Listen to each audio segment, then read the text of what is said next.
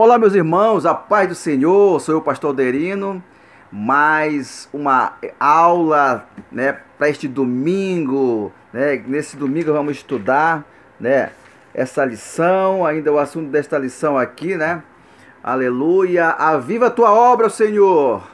O chamado das Escrituras, do quebrantamento ao poder de Deus. E hoje vamos ver o avivamento no Brasil, A lição 9, do dia 26 de fevereiro de 2023, avivamento pentecostal no Brasil. Essa aqui que vamos estudar, que Deus possa abençoar cada irmão que vai ouvir esse vídeo, que Deus abençoe. Precisamos de unção, precisamos de avivamento, que o Espírito Santo possa vir nos avivar em nome de Jesus. Aleluia, Ele quer esse momento se mover em você e também Ele quer avivar sua alma, Precisamos de avivamento, precisamos cada vez mais buscar a presença de Deus para que possamos chegar na glória. E o assunto dessa lição vai ser avivamento pentecostal no Brasil. Textuário: eis que ouviram e foram batizados em nome do Senhor Jesus. Impondo-lhe Paulo as mãos, veio sobre ele o Espírito Santo e falaram línguas estranhas e profetizavam. Está lá em Atos 19, 5, 6. A verdade prática diz assim: Deus derramou grande avivamento pentecostal no Brasil. Ele pode avivar mais uma vez o seu povo, Então você que está fraco na fé, você que, aleluia, você que já não tem mais coragem de ir para a igreja, que você possa buscar a presença de Deus, que você possa buscar a Deus enquanto se pode achar, Faça por onde, Hoje as pessoas estão mais envolvidas, mais envolvidas com bens materiais, mais envolvidas com as coisas dessa terra e esqueceram de Deus, Hoje a gente vê muitos movimentos nas igrejas, pentecostais, igrejas que tem algumas estratégias para levar pessoas para adorar o Senhor, mas muitas promessas, muitas coisas assim que Deus não se agrada. Então, pessoal, que Deus possa abençoar a sua vida, que Deus possa te dar força e coragem para que você possa buscar a presença de Deus enquanto se pode achar. Amém? Vamos lá para a leitura bíblica em classe que está em Atos 19, 1, 7. Você pode ler na sua Bíblia Atos 19, de 1 a 7, Que fala quando sucedeu quando Apolo estava em Corinto. Paulo, tendo passado por todas as regiões superiores, chegou a Éfeso. E ali chegou alguns discípulos e disse-lhe: recebeste-vos já o Espírito Santo? O Espírito Santo quando creste? E lhe disseram: nós ainda nem ouvimos que haja o Espírito Santo. Como ele não sabia, E perguntaram então: que sois batizado então? Eles disseram: no João Batista, batismo de João. Mas Paulo disse: certamente João batizou com batismo de arrependimento, dizendo ao povo que cresce que após ele havia de vir, isto é, Jesus Cristo, que via para se batizar. E eles ouviram, foram batizados em nome do Senhor Jesus. E impondo-lhe Paulo as mãos, veio sobre ele o Espírito Santo e falaram línguas e profetizaram. E estes eram a todo 12 varões. Irmão? Então esses 12 varões são os discípulos do Senhor. A introdução diz assim: chegado o movimento pentecostal, o Brasil mudou a realidade espiritual deste país de forma inquestionável. É reversível o termo de liturgia, proclamação do Evangelho, a manifestação do poder de Deus com sinais, prodígio e maravilha. Vindo dos Estados Unidos, os missionários Daniel Berg e Gunnar Wingre chegaram em terra brasileira por volta de 1910. Por instrumentalidade desses servos, Deus iniciou a maior avivamento espiritual em terra brasileira. O avivamento pentecostal no Brasil que estudaremos nesta lição. Então vamos ver como que começou o avivamento aqui no Brasil. Esses homens guerreiros que vieram aqui foram perseguidos, foram quase mortos, muitas pessoas, muitos pastores não aceitaram, né? Mas eles venceram, porque Deus estava com ele. Assim, quando Deus está com o missionário, Deus está com você, né? O Espírito Santo está com você, você é mais que vencedor, né? Pode se levantar quem se levantar, mas você vai vencer, né? Porque Deus está no negócio. Quando Ele manda, quando Ele envia, Ele se responsabiliza. Primeiro tópico diz assim: o movimento de Atos se repete no Brasil. Primeiro subtópico: o Pentecoste entre os salvos. Em Atos 9:2, há uma pergunta que o apóstolo Paulo para o discípulo em Efésio: recebeste já o Espírito Santo quando creste? Essa pergunta também pode ser feita assim: tendo crido, recebeste o Espírito Santo? E também recebeste já o Espírito Santo depois que creste? Então ele fez essa pergunta e as pessoas estavam assim, sabe, sem saber responder. Mas na verdade, queridos, eles já sentiu o Espírito Santo, né? Já estavam preparados para receber o Espírito, só que eles não tinham conhecimento. É por isso que é importante que as pessoas ganhem a alma e discipulam e explicam a palavra de Deus, faz discipulação, né? Acompanha aquele novo convertido para que ele possa e fale do Espírito Santo, né? Do batismo nas águas, do batismo no Espírito Santo. A modalidade dessa mesma pergunta revela o fato de acordo com o contexto no trecho de Atos 19, de 1 a 7. Os discípulos de Efésio foram batizados em nome do Senhor, né, primeiramente, e isto já tinha a fé salvífica, né? Já se conheciam a salvação, né? A salvação é individual, a salvação é pessoal, né? Cada um tem seu digital, cada um tem seu caráter, cada um é uma pessoa. Então Deus fez cada um de nós, né? E também nós temos que ser salvos, e a nossa salvação é por esforço e com certeza é individual. Ninguém vai levar alguém pendurado no seu colo. Cada um vai para o céu, né? Conforme os seus esforços. Então, e em seguida receberam o batismo no Espírito Santo por imposição de mão, né? O apóstolo Paulo colocou as mãos e receberam o poder do Espírito Santo. A plenitude do Espírito Santo. Como vimos nessa lição anterior, há duas experiências distintas no livro de Atos dos Apóstolos. A primeira é a experiência, a salvação. Como eu falei, a salvação é individual, né? E o batismo no Espírito Santo, que está lá em Atos 19, e vemos essas duas experiências de maneira muito clara. O primeiro discípulo foram batizados nas águas e depois receberam o Espírito Santo por imposição das mãos. Esse recebimento teve evidência física e de língua e profecia. No caso, a evidência física foi a línguas estranhas, língua, e profetizavam em línguas, né? Então, o batismo é primeiramente salvífica, uma experiência da salvação. É a pessoa quando aceita Jesus, né? Ela aceita Jesus, ela é perdoada dos seus pecados, né? E Deus, né, salva aquela pessoa, e o Espírito Santo depois vem e batiza, né? Então, é uma dádiva do Senhor Jesus, o batismo no Espírito Santo. Então, essa pessoa que confessa Jesus com a sua boca, né? Ela está assumindo uma grande responsabilidade e um compromisso, e também ela está aceitando ser filha de Deus, aceitando pertencer ao reino dos céus, né? E com certeza os anjos se alegram muito quando uma pessoa se arrepende, né?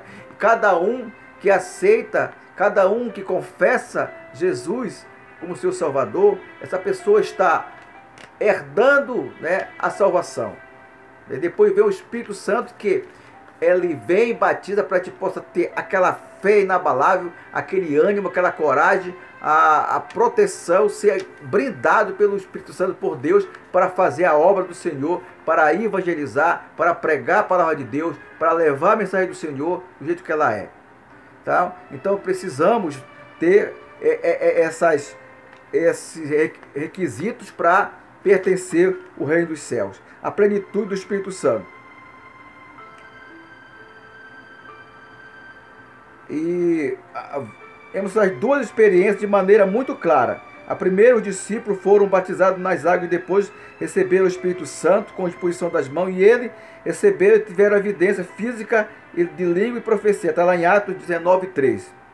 A experiência do batismo no Espírito Santo, isso é tão distinta da salvação que aquela pode ser identificada fisicamente por meio de língua, com confirmação do dom de Deus. E foi que aconteceu com os discípulos de Efésios, né? Eles ficaram atônitos, ficaram, né, embriagados, parece que estavam embriagados com o poder de Deus. É maravilhoso. Aqueles que já receberam o batismo com o Espírito Santo sabem como é que te fica. Com aquela alegria, aquela paz, fica leve, fica maravilhoso, maravilhado, né? Eu fui batizado com o Espírito Santo em casa, né? E eu senti o poder de Deus quando eu fui batizado com o Espírito Santo. Vamos lá para o segundo tópico. Diz assim: o nascimento de um novo movimento. Primeiro subtópico: a pregação do avivamento pentecostal. Da pregação do missionário chamou a atenção das igrejas tradicionais, causando incômodo e preocupação. Eles não foram bem aceitos pelos pastores daquelas igrejas históricas. Era uma igreja, para dizer, calma, uma igreja parada, uma igreja que não glorificava, não tinha, sabe, chegava ali, só ficavam com a boca fechada, não sentia o poder de Deus, né, o poder do Espírito Santo, né? Então ele era o tradicional. Eles não foram bem aceitos pelos pastores daquela igreja histórica. A irmã Celina de Albuquerque, membro de uma igreja tradicional, né, uma igreja parada, uma igreja calma, né, uma igreja que ficava só ouvindo e não se manifestavam, não se alegravam, aceitou a mensagem do batismo no Espírito Santo e tomou uma decisão de ficar em casa orando a Deus para que ele confirmasse aquela doutrina que estava correta. É muito importante você orar quando alguém vir pregar para você, né, e pedir confirmação, discernimento do Espírito Santo de Deus, ver se é verdadeiramente. Eu me lembro que lá na minha casa chegou uma pessoa, um irmão levou uma pessoa para orar em casa, e no momento da oração ele orava e tocava o telefone, ia atender e começava a orar, e ele falava assim: olha, eu estou aqui na casa do irmão, são dois missionários, né, e tal, e vamos levar ele e tal, para fazer a obra. E tô na oração toda, e depois começou a falar um bocado de coisa. Aí minha esposa falou assim: olha, isso não é de Deus. Na verdade, era um falso profeta que estava lá em casa. Então é preciso você ter discernimento, né? Quando foi no outro dia que eu fui fazer uma caminhada, eu vi ele num bar com uma garrafa de cerveja. Então, tem muitos, né, intrusos, né, tem muitos pessoas que, uma palavra de Deus diz, que vão se levantar para pregar heresia, para, sabe, pregar coisas que muitas vezes vão confundir a mente dos próprios eleitos, que nós temos que ter cuidado para não ser confundido. Temos que orar, saber, como a irmã Celina fez, buscou a presença de Deus, ver se era correta aquela doutrina, né, do Espírito Santo. E assim a irmã Celina Albuquerque recebeu o dom de Deus e por isso é considerada a primeira brasileira a ser batizada no Espírito Santo em nosso país, né? Que venha muitas Celinas, que venha muitos homens de Deus, muitos Guneving, Daniel Berg, né, para fazer, né? Nós estamos esperando um avivamento do Brasil. E esse avivamento já está começando lá. Tenho certeza que o que está acontecendo nos Estados Unidos, naquela faculdade, naquela universidade, vai chegar no nosso Brasil. Assim que começou aqui no Brasil, né, começou aqui esse avivamento aqui para expandir em toda a nação, vai começar também e vamos pegar isso para nós. Queremos ser avivados em nome de Jesus. Glória a Deus. Aleluia. Louvado seja o nome do Senhor Jesus. Outros irmãos se juntaram com a irmã Celina e eles foram também batizados no Espírito Santo. Né, irmão? Quando está com disposição, quando você vai com propósito, eu quero receber o batismo com o Espírito Santo, e você vai com certeza vai receber o batismo com o Espírito Santo, como aquelas pessoas receberam. Foram 9 irmãos que se juntaram com a irmã Celina. Infelizmente, a direção da igreja, da qual a irmã fazia parte, não concordou com aquele avivamento espiritual e promoveu uma reunião para confirmar quem estaria de acordo com a mensagem dos missionários, né? Quem é que está de acordo com a mensagem do missionário? Eu estou 9 levantaram, eu estou, e o resto tudo, não, não, não, não, não, não. Então, 9 pessoas, né, confirmaram que estavam, né? Os irmãos levantaram e foram convidados a deixar a igreja. Ele foi expulso da igreja, né? Porque, como os tradicionais queriam aquelas pessoas ali, sabe, naquela tradição, não queriam mudança. E assim inicia a história de perseguição, né? Marcaria o movimento pentecostal no Brasil. Aquela perseguição, ninguém aceita, não, ninguém. É como hoje, né? O que está acontecendo na área aí fora, né? Não, nós não aceitamos. Nós não aceitamos mesmo alguma coisa que querem fazer no nosso Brasil. Nós não aceitamos, eu não aceito. Porque isso não é de Deus, né? As coisas lá de fora que não é espiritual, né? Que eu não vou nem falar.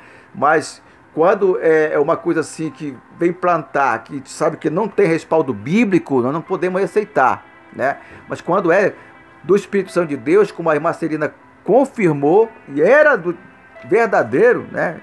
Isso é bem-vindo. Segundo subtópico, crescimento e perseguição. As perseguições contra o pentecostal eram grandes, conforme Jesus disse em Mateus 5,10. Elas se dariam na esfera da primeiros batismo. Ou melhor, ela na esfera da liturgia, entre outras. Por exemplo, nos primeiros batismos no Pará, alguns inimigos da obra tentaram impedir o batismal. A resistência de um deles até sacou um punhal para investir contra o missionário Gunnar Wingren. E foi a irmã Celina que saiu na frente, né, impediu o crime, jogando-se na frente no meliante, né, daquela pessoa que queria assassinar o missionário. Vê só.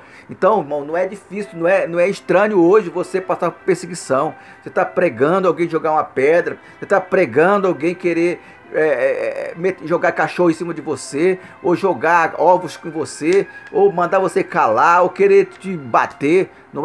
Hoje não é estranho, né? Hoje você pode estar preparado quando você sair para pregar, que você vai encontrar muitos servos do inimigo aí, muitos, né? Porque nossa luta não é contra a carne nem contra sangue, mas contra os principados e potestades, entendeu? E jogando na frente do meliante. E outros registros mostram que em Mosqueiro, no interior do estado, uma casa de pregação foi cercada e apedrejada. Os crentes tiveram que sair para se proteger. A história como essa são abundantes no desdobramento do movimento pentecostal no Brasil. Entretanto, o Senhor deu muito livramento ao seu povo. Salmo 34:7. Que os anjos do Senhor acampam ao redor do que eu tenho e me livra. Irmão, não se preocupe. Se você tem um chamado para fazer a obra de Deus, vá, fale do amor de Deus, né? Mas você tem que ter um chamado. Você tem que verdadeiramente ser um chamado de Deus. Porque se você não faz a obra na igreja, você não ganha uma alma na sua igreja, não faz nada de ganhar alma, e você quer muitas vezes viajar para fazer a obra lá fora, não é um chamado, você quer passear. E Deus não quer pessoa você vai sofrer, porque não tem um chamado. Tem que ter um chamado para poder fazer a obra do Senhor. Cura divinas, né? O terceiro subtópico do segundo tópico. Se houve perseguição e dificuldade no início da obra, também houve intervenções gloriosas. Deus na vida do seu povo. No diário de um pioneiro, obra escrita do missionário Gunnar Wingren, veja o seguinte relato. Uma irmã foi curada de uma enfermidade incurável lá nos lábios. E um homem paralítico que estava moribundo e não podia mais falar, foi curado e veio depois para o nosso escuto. Uma criança que estava moribunda com febre foi curada. Um homem de idade que sofria de uma hérnia por 9 anos foi curado. Um homem que havia estado enfermo muitos meses com febre, tinha todo o seu corpo inchado, foi tanto curado como batizado no Espírito Santo, né? Houve muitos milagres, irmão. Perseguição. Foi batizado. E ele também recebeu o dom do Espírito Santo. Um homem que viu sua filha morrer também tomou e invocou o nome do Senhor. Imediatamente a criança voltou a ter vida. E a esposa, quando viu que aconteceu, a esposa daquele senhor que invocou o nome do Senhor, se entregou ao Senhor. E esse foi um grande, muitos sinais, prodígios, poderosos, que marcaram o avivamento pentecostal no Brasil. E era os sinais de Deus confirmando a pregação dos nossos pioneiros. Então, irmão, há perseguição quando você prega, há sofrimento. Para você conseguir uma bênção, você vai passar por tribulação, vai passar por turbulência, mas levante a mão da bandeira da vitória e você vai vencer em nome de Jesus. Se você for pregar a palavra de Deus, você vai ser perseguida, mas creia, porque ninguém joga pedra onde não tem na árvore que não dá fruto. Então você vai passar por um momento difícil, mas olha, Deus vai te honrar, vai colocar seus anjos para te proteger e você vai levantar a bandeira da vitória em nome de Jesus. Se você crê, dê um glória a Deus aí. Aleluia. Glória a Deus. Vamos lá para o terceiro tópico, que já está chegando 23 minutos. A expansão do avivamento, movimento pentecostal. Primeiro tópico. O modelo centrífugo. O avivamento espiritual fez com que a nossa igreja Brasil buscasse um modelo de crescimento centrífugo, ou seja, que de dentro para fora, começando dos cultos nas casas, nos pequenos salão, nos bairros, numa cidade pentecostais, evangelizando nas ruas, casas, escolas e hospitais. Não buscando, irmão, a gente quando chega numa cidade, no caso eu vim lá de Manaus para Barreto, nós temos que começar pela rua, pregando na rua, pregando nos colégios, pregando no salãozinho, depois vai crescendo, né, coloca uma igreja um tempo maior e assim, de dentro para fora, ou melhor, ou seja, de dentro para fora, né? Então, ninguém pode parar, nós temos que fazer a obra, nós temos que, né, eu conheço o meu sobrinho, Paulinho, também veio de Manaus, ele já está aqui, ele é um missionário, aqui eles estão botando uma fundação, né, e já fomos inaugurar essa fundação, né, muitas pessoas estão doando, né, as coisas, materiais, né, para ajudar ele, né, então, com certeza, parece que esqueci o nome do movimento que ele está fazendo lá, mas é missionário, é pela coragem, pela fé. O avivamento pentecostal foi crescendo de maneira nunca vista em nosso país. E estava acontecendo o que o Jesus prometeu, mas receber virtude do Espírito Santo, que há de vir sobre vós e ser-me-é testemunha tanto em Jerusalém como em toda a Judéia e Samaria até os confins da terra. Atos 1:8. Então, receba essa unção, receba o poder de Deus, seja uma testemunha do Senhor, porque você é a imagem e semelhança do Senhor Deus. Então, você precisa receber a unção, né, a virtude do Espírito Santo, que há de vir sobre nós. Nós esperamos, querido, aleluia, Jesus está voltando, nós esperamos esse avivamento, aleluia, falar em mistério, falar em línguas, renovar aqueles que vão na igreja, ficou a boca aberta, não consegue nem adorar o Deus, estão frio na fé, que você possa ser sacudido pelo poder de Deus, para que você possa ser avivado, né, aleluia. A letra mata, precisamos orar, buscar, estudar a Bíblia, precisamos consagrar nossa vida, vigiar em primeiro lugar e confiar. Nosso lugar não é aqui, nosso lugar é no céu, aleluia. E nós vamos cada vez mais ser pressionados, mas nós temos que vencer em nome de Jesus, aleluia. Se você quer, de glória a Deus. Um crescimento conceituado.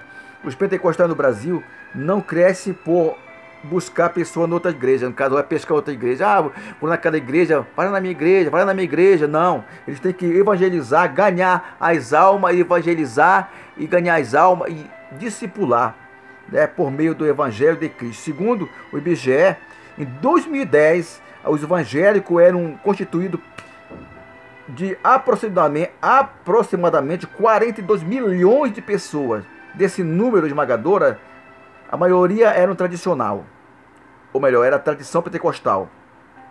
Era de tradição pentecostal. Certamente, a próxima pesquisa do IBGE confirmará a tendência de alta, mais crente, mais, né, vai dobrar esse número. Tudo isso foi o fruto do poderoso avivamento pentecostal de Deus, que Deus enviou para a nossa nação, né? E nós esperamos, Alabashuri Cantaraia, o poder de Deus sobre nossas vidas, né? Sobre nossa nação, né? Que os pastores, né, parem de estar com estratégia, de estar fazendo estratégia para querer ganhar dinheiro, para querer ganhar fama, né? Nós temos que levar a palavra de Deus, orar, consagrar, buscar a presença do Senhor Jesus, sem querer estrelismo, sem querer, né, bem material nessa terra, porque Deus vai dar, pode dar, mas ninguém pode forçar a barra, como tem muitas igrejas aí, né, que estão, sabe, vendendo certas coisas, ungindo para poder conseguir dinheiro, né? Nós temos que verdadeiramente buscar a salvação, pregar a verdade, a salvação, pregar que Jesus está voltando, pregar que a salvação é por esforço, pregar que nós temos que ser batizados, temos que ser ungidos pelo Espírito Santo de Deus. Isso que nós devemos fazer, né?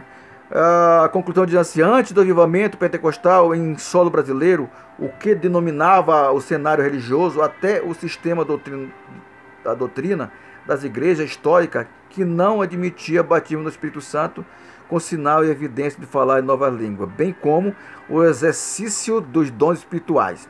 Essas manifestações espirituais fundadas na palavra de Deus são marcas dos verdadeiros avivamentos pentecostal no Brasil.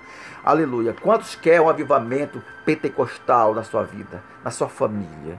Aleluia. A igreja, hoje eu não vejo ninguém chorando mais na igreja, ninguém falando em língua, né? É um sono, sabe, o sono da indolência, e eu creio ainda que Deus vai fazer algo sobrenatural na minha e na sua vida. Você crê? Dê um glória a Deus. Que Deus abençoe. Receba um abraço aí do seu irmão Adelino Cardoso, que ama você, né, que está também fazendo uma partícula da palavra de Deus, o que Deus coloca no meu coração para fazer. Não só na rede social, mas também pregando na rua, pregando na igreja, no momento, dando testemunho do meu trabalho, com meu testemunho, com o meu comportamento. Eu ganho a alma através disso, através do meu comportamento, através do meu perfil, através do meu caráter. Amém? Que Deus abençoe e um forte abraço.